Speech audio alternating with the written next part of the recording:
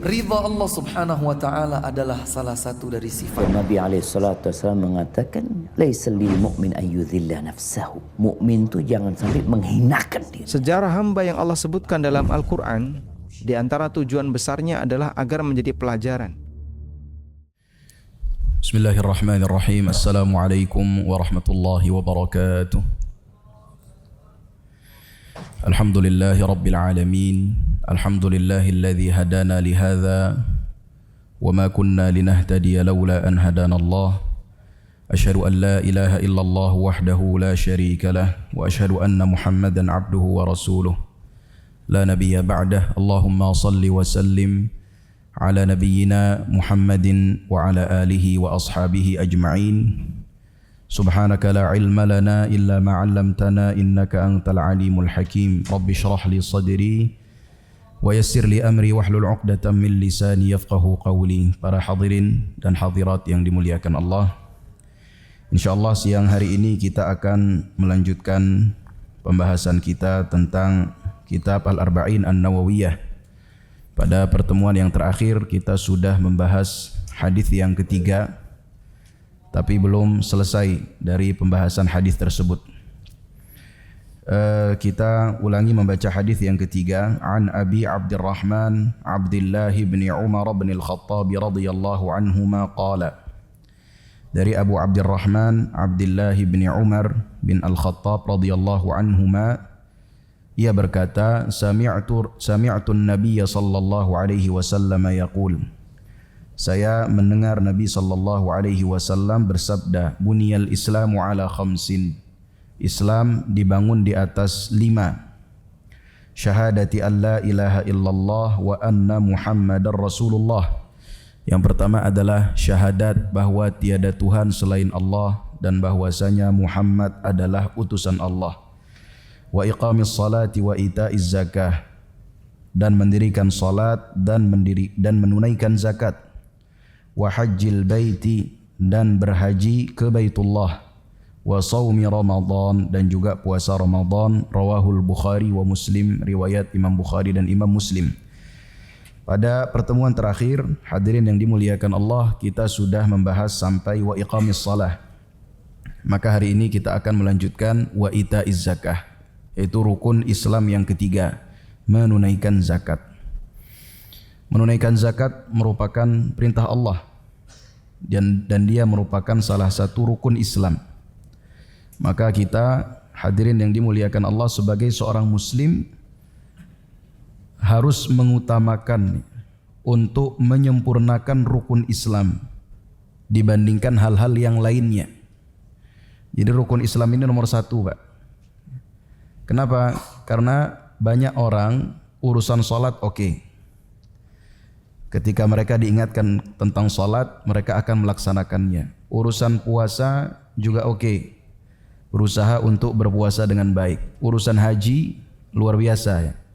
Banyak di antara kita yang menabung, berlelah-lelah, berletih-letih untuk mengumpulkan harta lalu ditabung supaya kita bisa berangkat haji.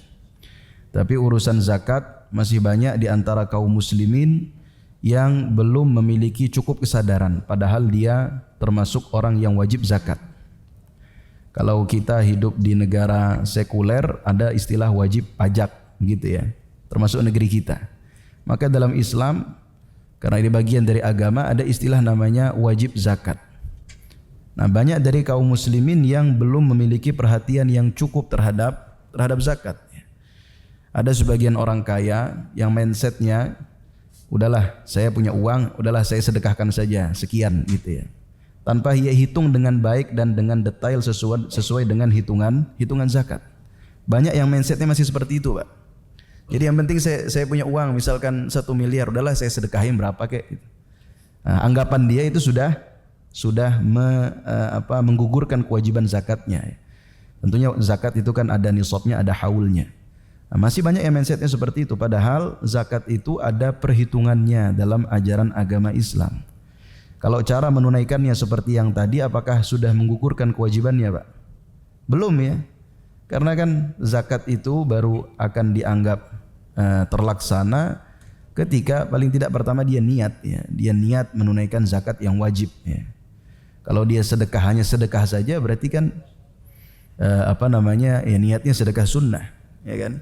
Karena niat dalam ajaran agama kita fungsinya, di antara fungsinya adalah membedakan antara satu ibadah dengan ibadah lain. Kita ini puasa, misalkan mau puasa hari Senin, ini puasa hari Senin, puasa apa Pak? Qadha Ramadan atau puasa sunnah. Begitu juga ketika kita mengeluarkan harta, ini niatnya apa nih? Niatnya zakat wajib atau zakat sunnah atau sedekah sunnah, bukan zakat sunnah, sedekah sunnah. Kalau niatnya sedekah sunnah maka yang wajibnya belum gugur. Yang kedua, kalau tidak dihitung dengan tepat, ya berarti zakatnya juga belum sah. Ya. Misalkan dia 1 miliar mengeluarkan cuma 100 juta, 1 miliar itu sudah lewat nisab dan anggaplah sudah lewat haul, dia cuma mengeluarkan 10 juta gitu ya.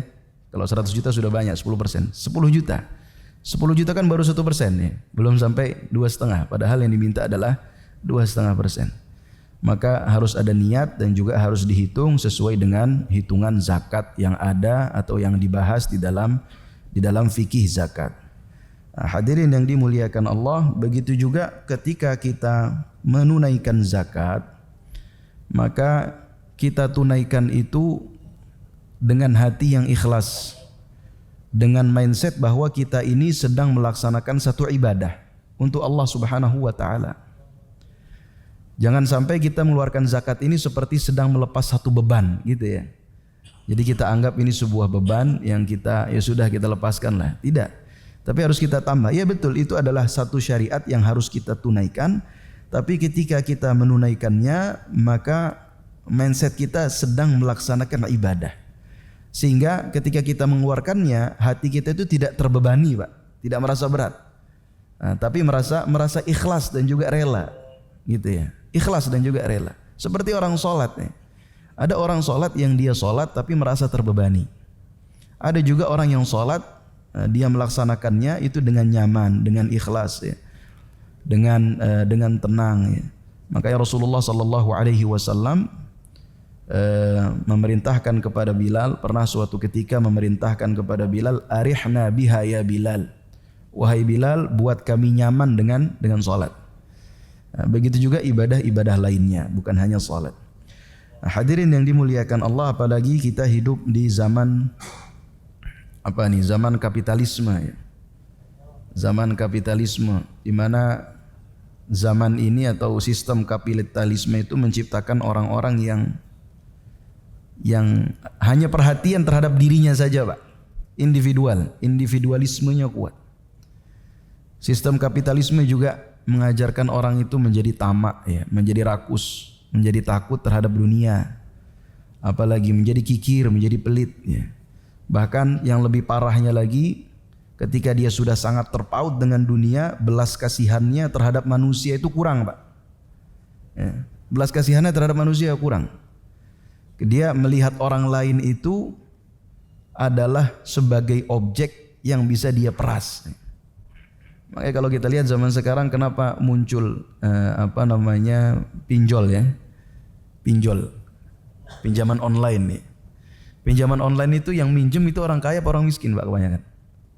Orang miskin kan? Berarti kan yang buat perusahaan pinjol itu ngelihat orang miskin ini sebagai objek bisnis gitu ya. Objek yang masih mereka bisa peras gitu. Mereka nggak peduli dengan apa akibatnya. Ada kalau kita lihat nggak sedikit saya rasa ya orang yang bunuh diri kan? Orang yang bunuh diri karena terlilit hutang misalkan. Dan lain-lain.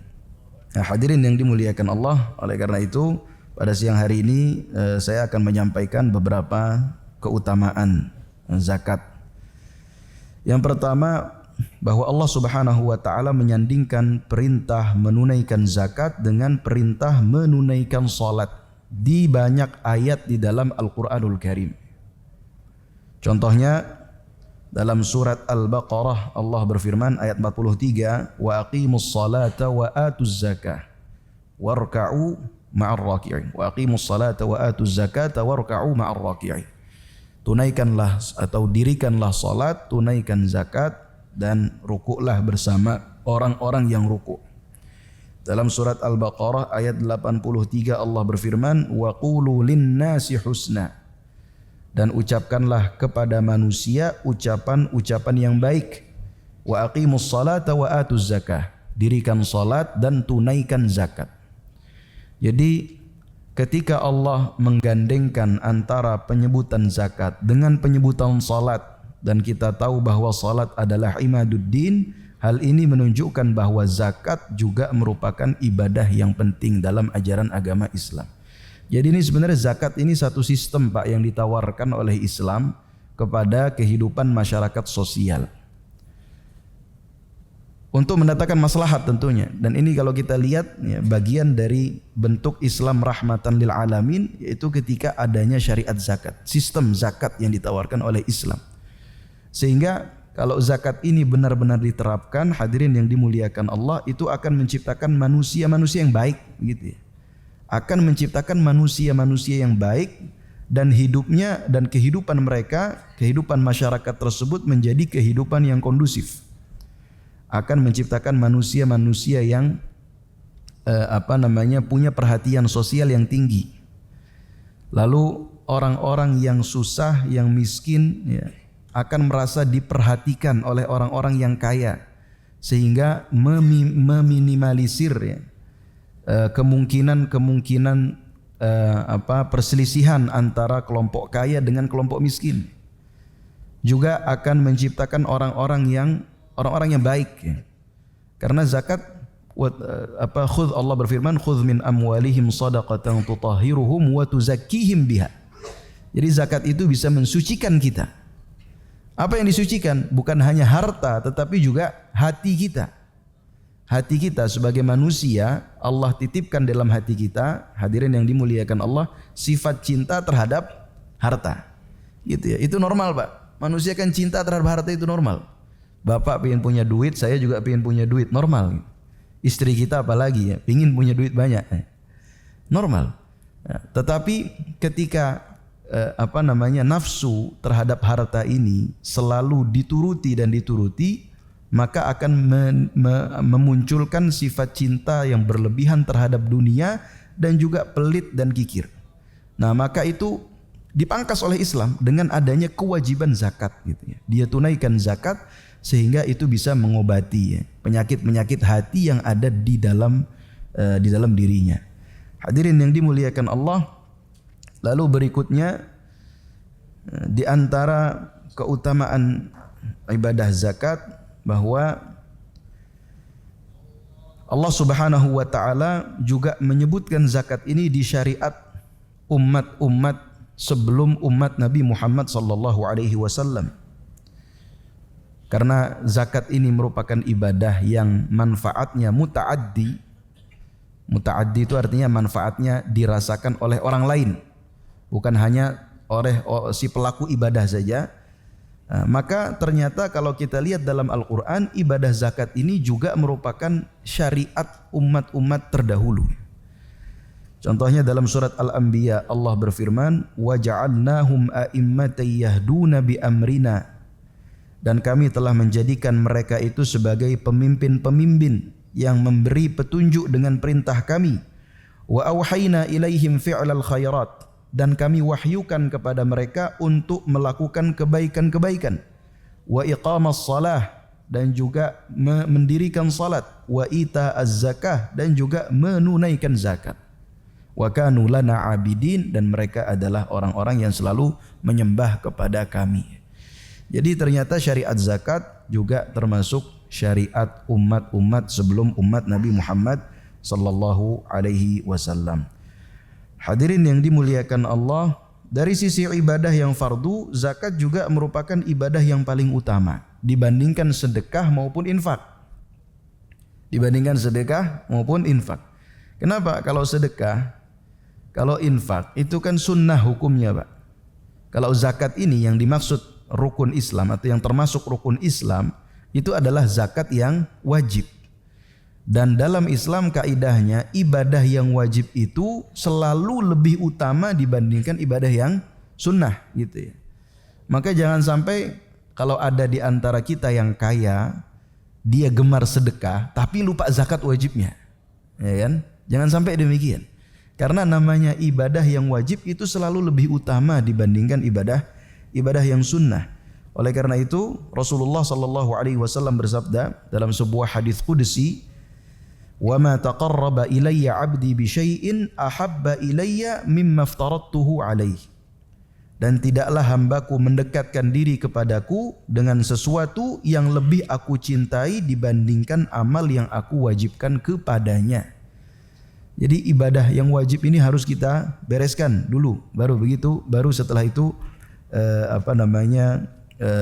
kita perbanyak ibadah-ibadah sunnah. Dalam hadis lain Rasulullah juga bersabda yang maknanya 1 dirham yang engkau infakkan, yang engkau berikan kepada keluargamu, lalu 1 dirham yang engkau berikan kepada orang miskin, 1 dirham yang engkau keluarkan fi sabilillah, maka yang pahalanya paling besar kata Rasulullah adalah 1 dirham yang engkau berikan kepada istrimu, kepada keluargamu.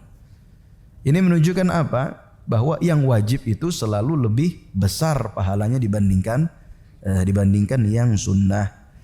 Bahkan kalau kita lihat saking pentingnya atau urgennya zakat di dalam agama Islam ini, Nabi SAW kalau membaiat para sahabatnya, maka di antara isi baiatnya agar mereka menunaikan zakat. Disebutkan dalam sebuah hadis riwayat Jarir bin Abdullah Al-Bajali radhiyallahu anhu, ia berkata, bay'atun Nabiyya sallallahu alaihi wasallam, aku berbaiat kepada Nabi sallallahu alaihi wasallam ala iqamis salah, untuk mendirikan salat, wa ita'iz zakah, dan juga menunaikan zakat, wa nushi li kulli muslim, dan juga saling menasihati kepada sesama muslim. Nah, hadirin yang dimuliakan Allah, juga di antara atau sebelumnya apa sih baiat itu, Pak? Tadi kan berbaiat ya. Sahabat berbaiat kepada Rasulullah. Baiat itu janji yang diambil dari rakyat kepada pemimpin. Untuk apa? Untuk taat. Begitu ya. Seperti kita di Indonesia, maka pemimpin kita adalah presiden. Sebagai pemimpin tertinggi di negeri ini, maka kita wajib taat kepadanya selama perintahnya tidak mengandung maksiat. Nah, janji yang diambil oleh para sahabat kepada Rasulullah pada saat itu, ya kan, pemimpin tertinggi, apa isinya? Di antara isinya adalah untuk menunaikan zakat. Hadirin yang dimuliakan Allah, Allah juga mencela orang yang tidak menunaikan zakat, bahkan mengancam mereka dengan kebinasaan. Allah Subhanahu wa taala berfirman di dalam surat Fussilat ayat 6 sampai 7, wa wailul lil musyrikin, celakalah bagi orang-orang musyrik. Orang-orang musyrik yang seperti apa? Alladzina la yu'tunaz zakata wa hum bil akhirati hum kafirun, yaitu orang-orang yang tidak mau menunaikan zakat dan mereka kafir terhadap akhirat, terhadap kehidupan akhirat. Bahkan dalam ayat yang lain Allah berfirman, walladzina yaknizuna adh-dhahaba wal fiddata wa la yunfiqunaha fi sabilillahi fabashshirhum bi'adzabin alim. Orang-orang yang menimbun begitu ya, adz-dhahaba wal fiddah, emas dan juga perak, dan mereka tidak menginfakkannya di jalan Allah, maka beri kabar kepada mereka akan azab yang pedih. Bagaimana bentuk azabnya? Di ayat berikutnya, yauma yuhma 'alaiha fi nari jahannam.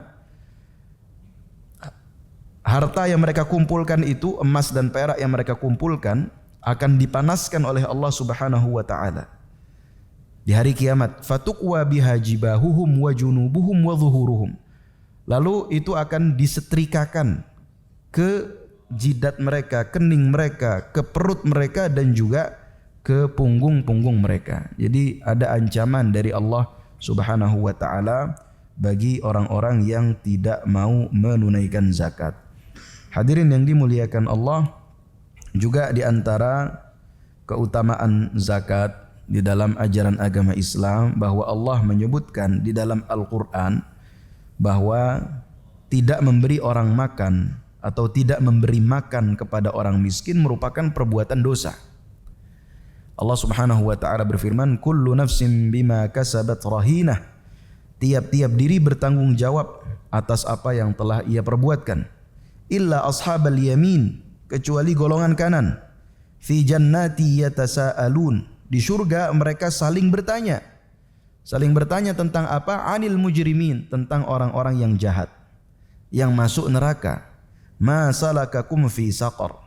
Pertanyaan mereka adalah apakah yang menyebabkan kalian masuk ke dalam saqar, ke dalam neraka saqar. Maka mereka menjawab, yaitu orang-orang yang masuk ke dalam neraka saqar ini menjawab, qalu lam naku minal musallin. Dahulu kami tidak mendirikan salat. Walam naku nut'imul miskin, dan dahulu kami tidak memberi makan kepada orang-orang miskin. Wa kunna nakhudu ma'al khaidin, dan kami membicarakan yang batil bersama orang-orang yang membicarakannya.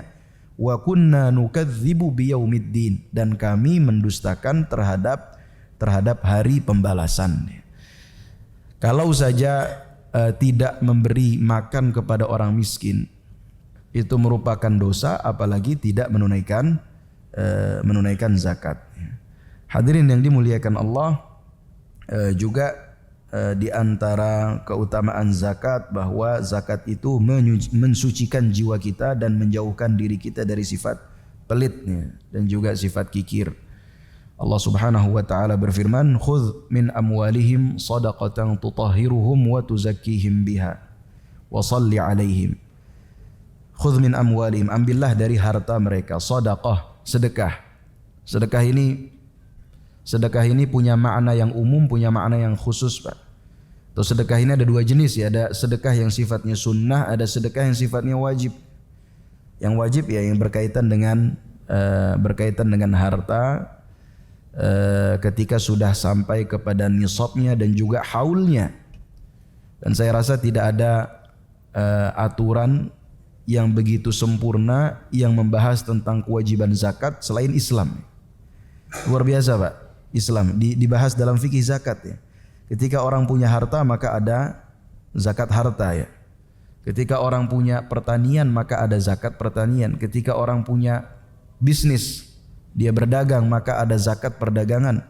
Ketika orang beternak maka ada zakat peternakan. Artinya seseorang yang menghasilkan maka ada kewajiban zakatnya. Nah, ini diambil, merupakan kewajiban atas kita. Tutahhiruhum, bisa mensucikan mereka, mensucikan harta mereka, mensucikan mereka dari sifat-sifat yang tidak baik. Wa tuzakkihim biha, dan membersihkan mereka juga. Jadi zakat itu bisa membersihkan kita. Hadirin yang dimuliakan Allah, masyarakat yang menerapkan zakat dengan baik ya, masyarakat yang menerapkan zakat dengan baik, maka masyarakat tersebut akan menjadi masyarakat yang baik juga. Jadi efek samping baik dari zakat itu banyak, Pak. Akan menimbulkan masyarakat yang baik juga. Kenapa demikian? Begini, Pak. Orang yang mencuri, kira-kira niat nggak dari awal dia cita-cita menjadi pencuri? Kan saya rasa tidak. Kenapa orang itu akhirnya nekat mencuri? Karena dia butuh, dia miskin, anaknya butuh, istrinya butuh, dia sudah berusaha mencari tapi juga tidak dapat.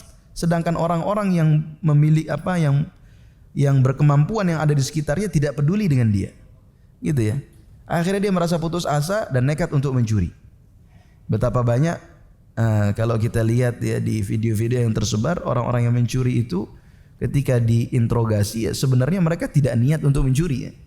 Tapi karena anaknya butuh susu di rumah, anaknya sakit butuh obat, dia sudah mencari tidak dapat, dia minta bantuan juga tidak dapat.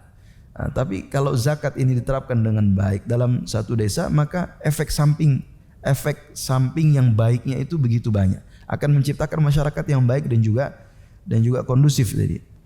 Makanya kalau kita lihat kenapa Umar bin Abdul Aziz yang menjadi khalifah antara tahun 99 Hijriah sampai 101 Hijriah, hanya 2 tahun sekian bulan itu bisa merentaskan kemiskinan ya, tidak ada lagi yang miskin. Salah satunya adalah dengan mengoptimalkan dana zakat. Berarti kalau saya bayangkan, Pak, berarti kan pendataan mereka itu dulu kuat, Pak. Seperti pajak zaman sekarang, orang pajak kan tahu mana yang wajib pajak, mana yang belum wajib pajak gitu ya. Kenapa? Karena pendataan mereka kuat. Dulu Pemimpin-pemimpin umat Islam juga bisa tahu mana yang wajib pajak, mana yang wajib zakat, mana yang belum wajib zakat. Artinya apa? Artinya mereka punya pendataan yang kuat. Kenapa kita bisa ambil kesimpulan demikian? Karena kalau ada yang tidak mau menunaikan zakat, maka itu akan diambil secara paksa. Tahu dari mana tahu dari mana orangnya yang harus diambil secara paksa? Berarti kan punya data. Gitu ya, punya data yang kuat. Nah, hadirin yang dimuliakan Allah, juga di antara keutamaan zakat adalah menambah keberkahan dan juga menambah harta dan juga ganti dari Allah Subhanahu wa taala. Allah berfirman, "Wa ma anfaqtum min syai'in fahuwa yukhlifuh wa huwa khairur raziqin." Dan tidaklah kalian menginfakkan sesuatu kecuali Allah pasti akan menggantinya dan Allah sebaik pemberi rizki. Dalam ayat yang lain Allah berfirman, atau Rasulullah sallallahu alaihi wasallam bersabda, qala Allah anfiq ya ibna Adam unfiq alaik. Allah berkata, berinfaklah wahai ibnu Adam, maka aku akan berinfak kepadamu. Kalau kita lihat Pak, orang yang betul-betul komitmen untuk membayar zakat itu tidak ada yang Allah miskinkan. Tidak ada yang Allah hinakan di dunia. Abu Bakar menginfakkan seluruh hartanya. Apakah Abu Bakar menjadi hina? Tidak, bahkan selalu bertambah beliau. Kalau kita lihat Uthman bin Affan juga demikian. Ya, menginfakkan hartanya begitu banyak. Apakah Allah hinakan? Justru Allah muliakan Uthman bin Affan. Bahkan sampai sekarang di mana? Di Madinah gitu ya. Ada hotel yang wakaf Uthman bin Affan. Lalu kita lihat Abdurrahman bin Auf, begitu banyak ia menginfakkan hartanya. Apakah Allah hinakan dia? Tidak, gitu ya. Justru semakin Allah muliakan. Bahkan ada ungkapan dari Abdurrahman bin Auf, kalau saya angkat batu, itu bisa saya dapatkan uang. Gitu ya. Itu kiasan sebenarnya. Saking mudahnya ia mencari uang. Apapun yang dia kerjakan itu bisa menjadi uang. Itu tentu keberkahan dari Allah Subhanahu wa taala. Hadirin yang dimuliakan Allah, ketika orang tidak mau berzakat atau tidak peduli dengan zakat hartanya, maka keberkahan itu akan hilang. Baik keberkahan dari sisi kualitas maupun kuantitas. Kualitas itu apa? Hartanya mungkin secara nominal banyak, tapi tidak berkah Pak. Ujung-ujungnya hanya untuk foya-foya, tidak bermanfaat. Hartanya secara nominal mungkin bermiliar-miliar, tapi ternyata habisnya hanya untuk foya-foya, hanya untuk clubbing, hanya untuk buka botol gitu ya, hanya untuk judi, hanya untuk pergi ke tempat-tempat yang Allah haramkan. Atau Allah hilangkan keberkahannya dengan cara apa? Dengan cara Allah sedikitkan kuantitasnya ya, dia menjadi miskin. Nah, orang yang sebaliknya, orang yang perhatian terhadap zakat, maka insya Allah akan berikan keberkahan-keberkahan tadi seperti Abu Bakar, seperti Uthman, seperti Abdurrahman bin Auf ya. Allah akan berikan keberkahan-keberkahan ya, baik secara kualitas maupun kuantitas. Gitu ya. Ada yang Allah perbanyak akhirnya uangnya. Ada juga yang mungkin uangnya biasa-biasa saja tapi keberkahannya luar biasa. Mungkin uangnya sedikit, tapi ternyata Allah takdirkan dia masih bisa umrah, masih bisa haji karena berkah. Masih bisa memberi kepada orang lain. Masih bisa dia gunakan hartanya untuk hal-hal yang bermanfaat. Walaupun secara kuantitas sedikit. Bedakan dengan orang yang tidak punya keberkahan pada hartanya, walaupun secara kuantitas banyak, tapi ternyata Allah tidak beri hidayah dia tidak pergi haji, dia gunakan untuk hal-hal yang haram, untuk minum khamr, untuk pergi ke bar, ke klub, untuk berzina, waliyadzubillah, untuk berjudi. Jadi hadirin yang dimuliakan Allah, zakat ini sekali lagi merupakan rukun Islam yang ketiga. Dan Islam kita tidak mungkin menjadi Islam yang sempurna sampai kita menegakkan seluruh rukun-rukunnya.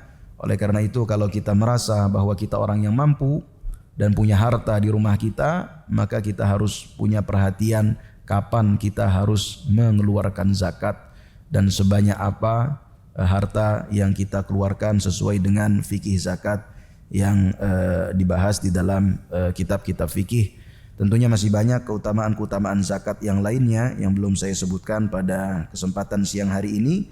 Dan juga kalau kita mau bahas fikih zakat tentunya tidak cukup ya, karena dulu waktu kita kuliah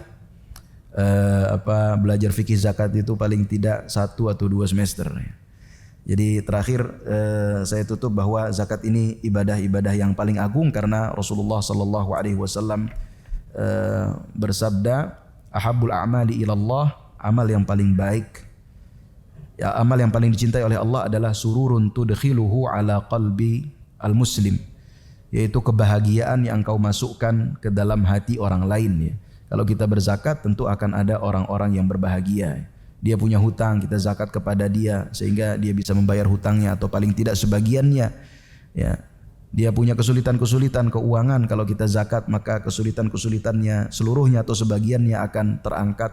Dia bahagia, maka itu adalah ibadah yang paling agung, ya. Ibadah yang paling dicintai oleh Allah Subhanahu wa taala. Semoga kita semua bisa termasuk menjadi orang-orang yang menunaikan zakat dan juga komitmen terhadap ajaran Rasulullah sallallahu alaihi wasallam hingga akhir hayat kita. Mungkin ini yang bisa saya sampaikan pada kesempatan siang hari ini, semoga bermanfaat. Mohon maaf bila ada kata-kata yang kurang berkenan, mohon diingatkan juga bila ada ilmu yang salah dari yang telah saya sampaikan. Aqulu qawli hadza wa sallallahu ala nabiyyina Muhammadin wa ala alihi wa sahbihi wasallam. Subhanakallahumma wa bihamdika asyhadu an la ilaha illa anta astaghfiruka wa atubu ilaik. Wassalamu alaikum warahmatullahi wabarakatuh.